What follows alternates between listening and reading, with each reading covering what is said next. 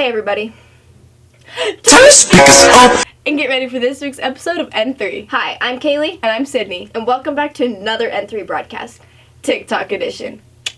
In today's episode, we will be discussing Little Girls Cheer Camp, Mock Trial, the Blood Drive, Girls Golf, our weekly segment of Cribs, the cross-country season, and last but certainly not least, everyone's favorite, Viking in the Village. To kick things off, let's take a look at what the Little Girls Cheer Camp has been up to this week in preparation for Creed's game this Friday. The Northwest cheerleaders recently held their annual Little Cheer Camp to fund their competitions later in the year. Junior cheerleader Faith Eichhoff and senior cheerleader Kenna Gudgel expressed what cheer camp means to the group and the kids. Little Cheer Camp is when we take little girls from all across the district and we teach them a cheer, a couple of stunts, and a dance, and then we perform at the game Friday. Little Cheer Camp is for the ages kindergarten through 5th grade, so all the kids in between. Some activities we do at Little Cheer Camp is stunt if they're old enough. We do some timeout cheers and sidelines. At Little Cheer Camp, we teach them a couple of cheers that are for their age group, and then we also teach them timeouts and sometimes stunts if they're old enough. We hold Little Cheer Camp because it is a big fundraiser for us to go to competition and for us to get fans to go to away games such as football and volleyball, and then it also lets us be able to get choreography for state. My favorite part was when we did snack and showed everyone our cartwheels and our cheers and dances. My favorite part of cheer camp was be able to hang out with the girls, to do jumps and do shoulder sits. That's the way we spell fire up, hey, hey, fire up,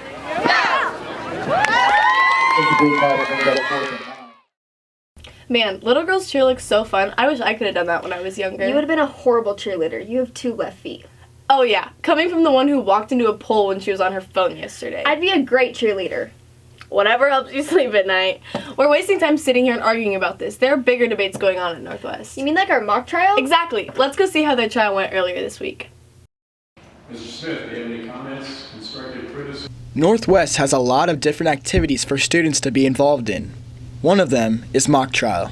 Mock trial is like you take this sort of fake trial and then you just, put on a trial. You have people play witnesses and they all just answer questions and it's basically like a trial. When it comes to mock trial, not very many people know about how much preparation you need coming into this event.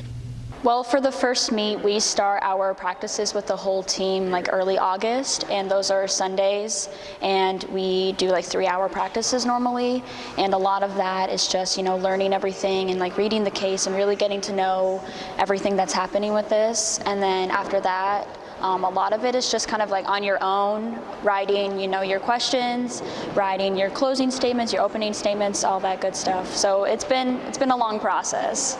There are a lot of different roles on the mock trial team. You start off with your pre-trial stuff, you just go over the basics, and then you do your opening statements, and then the plaintiff goes through their witnesses and answers their questions, and then the defense does that, and then there's closing statements, and that's the end.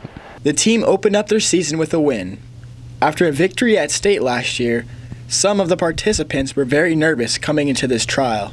I feel very confident with our team. I was kind of nervous coming in and watching everyone, and it's very nice to know that we came out of this with our first win of the season, so it was a lot of fun to see that. She has a lot of different experiences with joining mock trial. I would say just 100% go for it. I know when I joined mock trial, it wasn't really like I really wanted to do it, but then after a while, it's sort of something that has really changed my life, and I wasn't considering anything lawyery until I joined mock trial. See, Sydney, those guys are so much better arguing than we are. You're right. Hey Kaleigh, have you ever had your blood drawn? I actually just had it done this Tuesday. Northwest did the blood drive for National Honor Society. It was a huge turnout. We should go check it out. Northwest High School hosts an annual blood drive every year.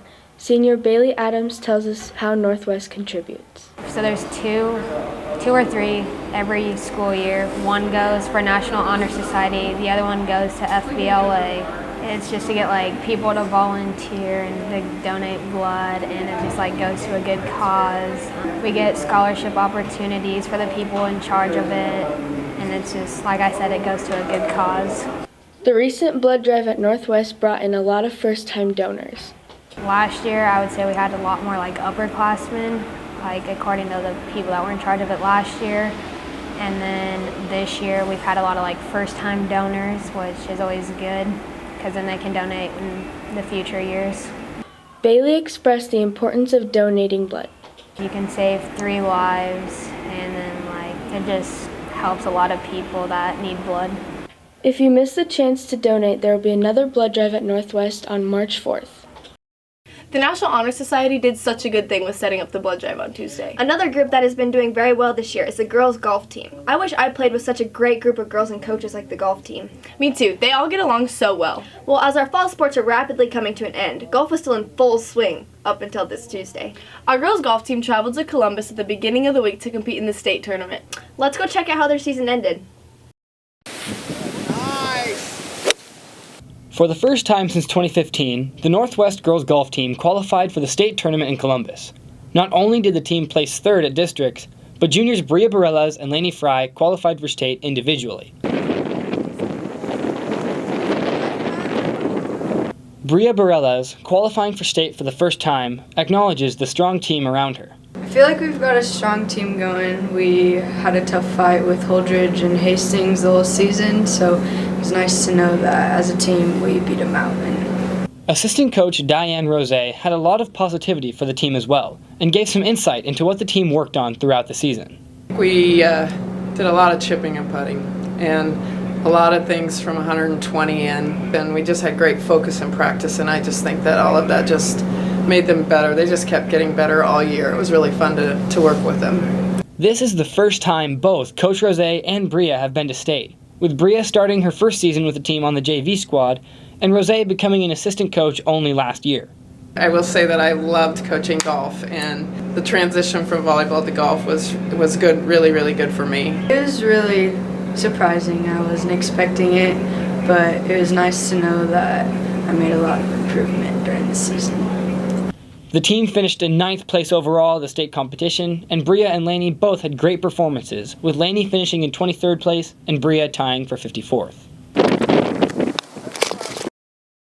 Congrats to the girls' golf team on a great season. Now it's that time of the episode where we get an inside look on one of the classrooms here at Northwest. This week we get to see the music room. You know, surprisingly, I've never actually been in the choir room. Really? Well, so like when you walk in... Hey! Let's just jump to the next segment and have Mr. Beeladall describe it.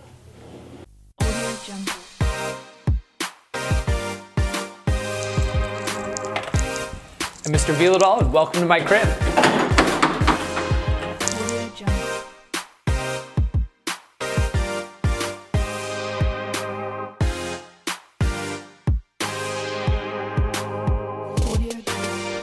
Awesome. This is where all the magic happens. We've got the foosball tables. That's a big hit in here.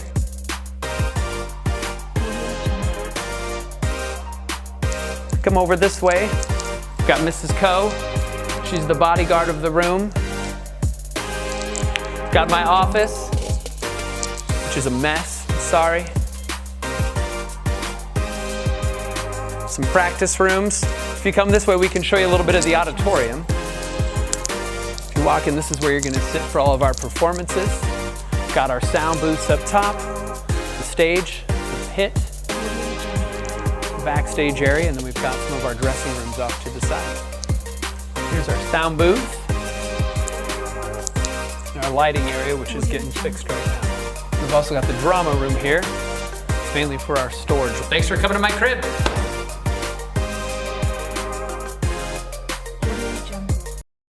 That room looks like a blast. Who knows, maybe I'll join choir next year. Turn your speakers up! Maybe that's not such a good idea. Anyways, golf isn't the only fall sports season wrapping up. But cross country is in a full sprint to finish season how they want to. Let's go see if they got the results they were hoping for. It has been 150 days since the Northwest cross country team began their journey to state for the 2019 season. They recently achieved this at the district meet as the boys qualified as a team and Megan Freeman and Lexi Lilienthal qualified individually. We've been practicing since like the end of May.